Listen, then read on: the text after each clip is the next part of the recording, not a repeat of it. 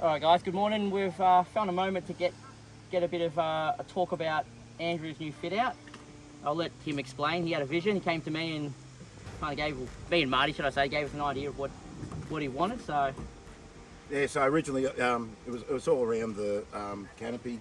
I only had the hard lid before, which I found useless. I had 2 drawers in there and I wasn't able to carry everything. So with the canopy on, I was able to get the rooftop tent up on top, get that out of being in the back. I wanted to be able to access the fridge, which the only way I could work out was with one of these slides. Drop it down, so now we've got good access into the fridge. I'm maybe short and I can get in there. It's all about that. And see. So we've done that. We've got a fridge drawer to complement there for the drinks. I'm just stuck with a couple of drawers for storage. And then in building it, we've ended up with some cubby holes. Got a compressor in here, first aid kit there. In the back, I've got a storage compartment for spares and the like. At the front, we've got a cutout where I'm going to fit a water bladder for later on. Yeah, needed the power then to run it all, and then yeah, gave Chris the brief, and he came up with this Redarc system. It's unbelievable. It's blowing me away what it's doing, but I can't explain it.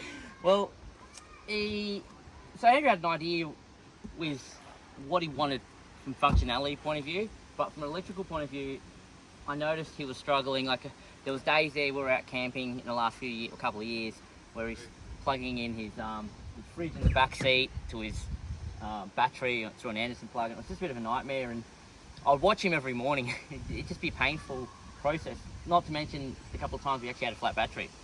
Yep. So I suggested to him a Redarc system. So if you have a look over here, I thought, how can we keep it simple? And just a board with his fuse system and his access to see what's going on. Basically, I can do a full video on the Redarc, but just to give a good rundown of what it is, you can look at this screen on the TV MS units and you can basically see exactly what's going on. You can see how much power you've got, how much you're drawing, you can turn stuff on and off. So I don't know how good you guys can see the screen here, but you've basically got, he's got his 2 fridges. So he's got his top and bottom fridge, he's got his rock lights, and he's got his 12 volt and his Anderson stuff over here.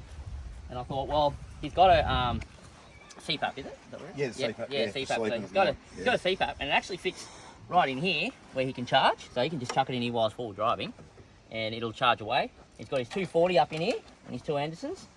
Another idea that I came up with, which we're going to look at doing as well, is his air compressor. He no longer needs to open his bonnet anymore. He can come in here, plug it into his high draw Anderson, which is marked, and just pump up his tyres that way. This whole corner here has actually proved to be a lot better than we anticipated. Like we had an idea around about that it was going to be here. There was even a point where we were actually going to put a board here and connect it here. But the fact that we've ended up in this little corner here, it's letting him kind of chuck stuff in there, just leave it charging. And it's very easy to access. Another thing I actually want to tell you guys is actually about these. Oh, they're crazy. These USB-C and USB chargers that go into a CD socket are amazing. I keep telling people about it, and a lot of people don't actually understand how good it really is until you use it. But on average, on your old one you used to have, how long would it take you to charge? On the lithium battery for the CPAP, last week before we had the power out, yeah. I was getting the rock lights fitted, and I took it down to use his 240 volt. It took 6 hours. And I didn't think it was charging for the first hour. It didn't look like it was doing anything. 6 hours it took, and it was fully charged. This would have been 3, plugged into here, 3 hours. Just driving up here. I started because I forgot to charge it. And we got to camp, it was fully charged. And it's the same kind of applies to phones. So all of your modern phones these days, they have what they call like a bulk charge stage, where they'll just take so much charge really quickly for the lithium batteries. And it's around from 10% to about 75, 80%. If you plug it into this, you literally can go for probably a 20-30 minute drive, and you'll go from 10% to almost 60, 70, some phones even 80%, that quick, compared to say just a normal old school USB-A. Even a fake USB-A that has a USB-C port will still take over an hour, well and truly over an hour, just to climb to that, 80% stage. So Well, I charged my phone off a magnet base, Yeah. and it didn't align the night before. I was on 37%. Yeah. Takes me 35 minutes to work, and it was at 87 Yeah. in 35 minutes. That's crazy. That's just... You don't realise. You plug it in, you come back, you've done a few things, and you're pretty much almost full. But yeah, these are available on our website, All Terrain Action, if you're interested in buying one of those. It's Yeah, highly recommend. well worth the money. Absolutely. Oh, and they got 3 ports. You got 2 USB-Cs and 1 USB-A. But now, electrical wise, we chucked a 240 amp hour battery down in the side down here. It just sits in there, 24 kilos from iTech World. We've got a code for that if you want a discount, All Terrain Action as well. And we've just ran that all into the Redarc system on this side. We thought about the weight, putting in the battery on one side, chucking his fridges on the other. And it's worked out, I guess, to a degree.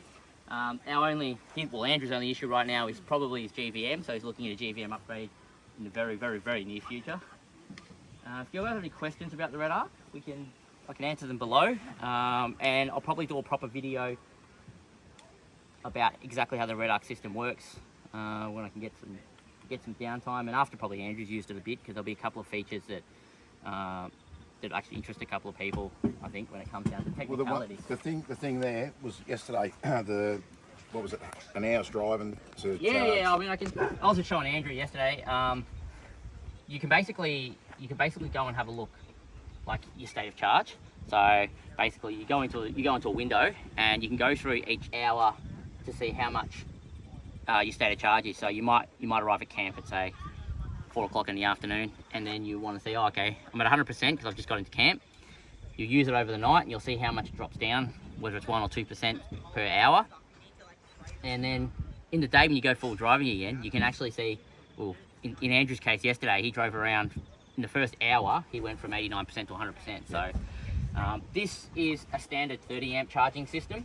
I find these Redarcs charge at around 32 amps for anyone who's on the technical side of it. I think that's enough. The Hilux, well, this particular Hilux is around 80, 90 amps coming out the alternator. So it's capable of charging at 30.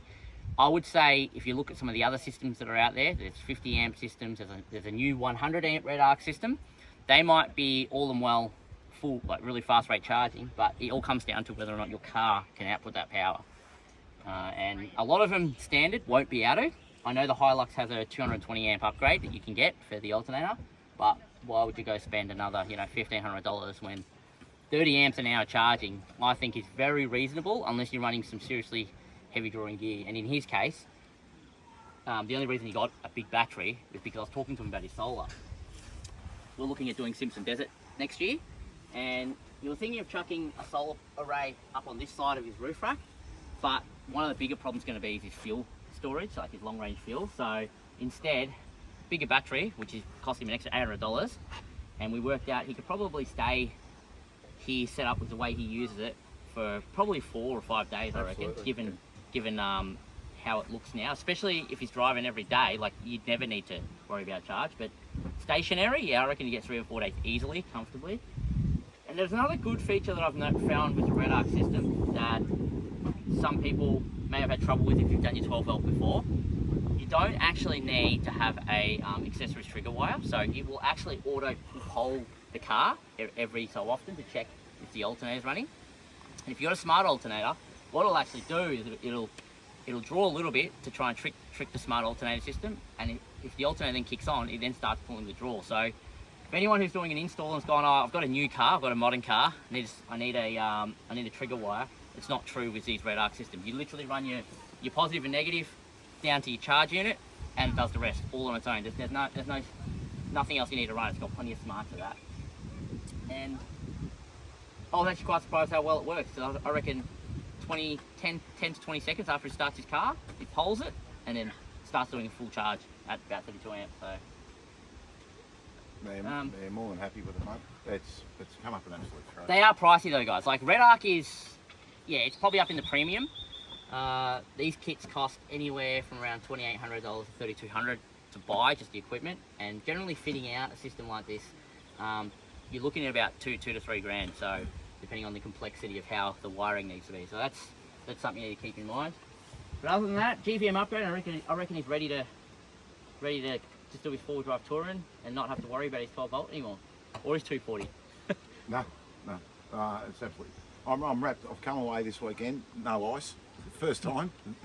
That's No bad. ice. No ice. Yeah, I couldn't get that, the ice thing. I'm like, oh, I don't know about the ice. I used to do that way back at the start, guys. We used to do the ice thing, and we have to drain the water. Yeah. Drain the water, and then sometimes we have some of the meat juices mixed in. No, that's the worst. It's terrible, man.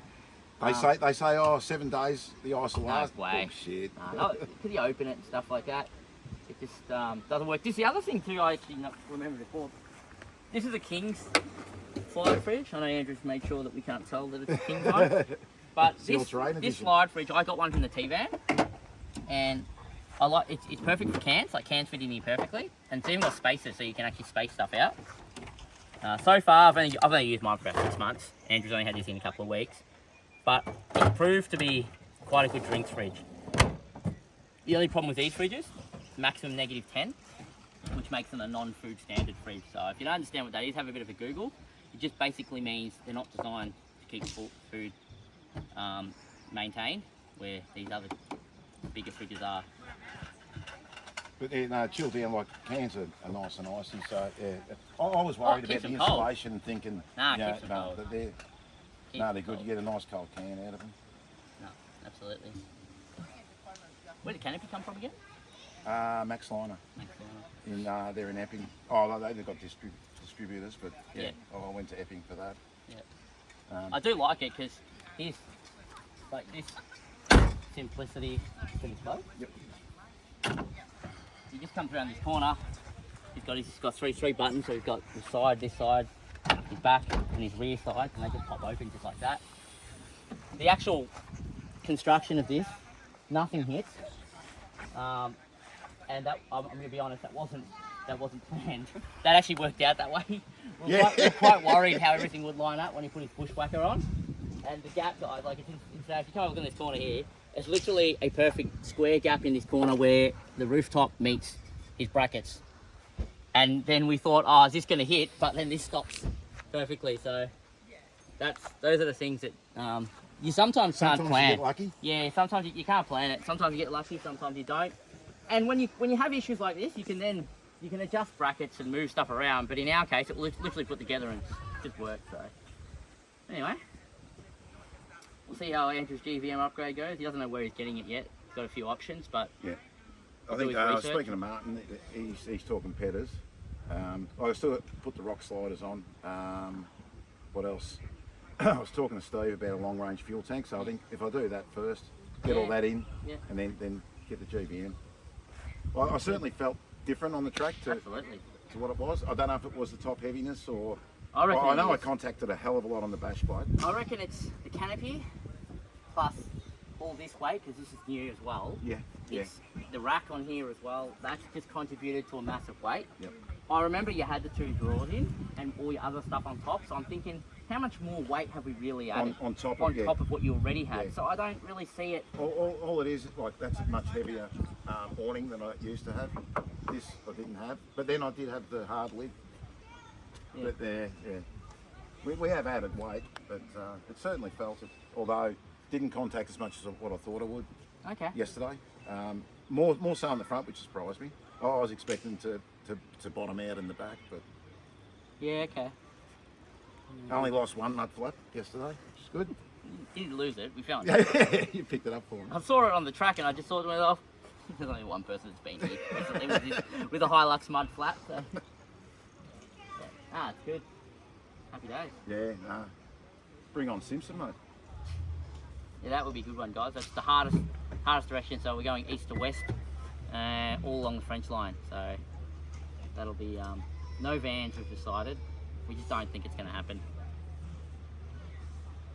Stay tuned.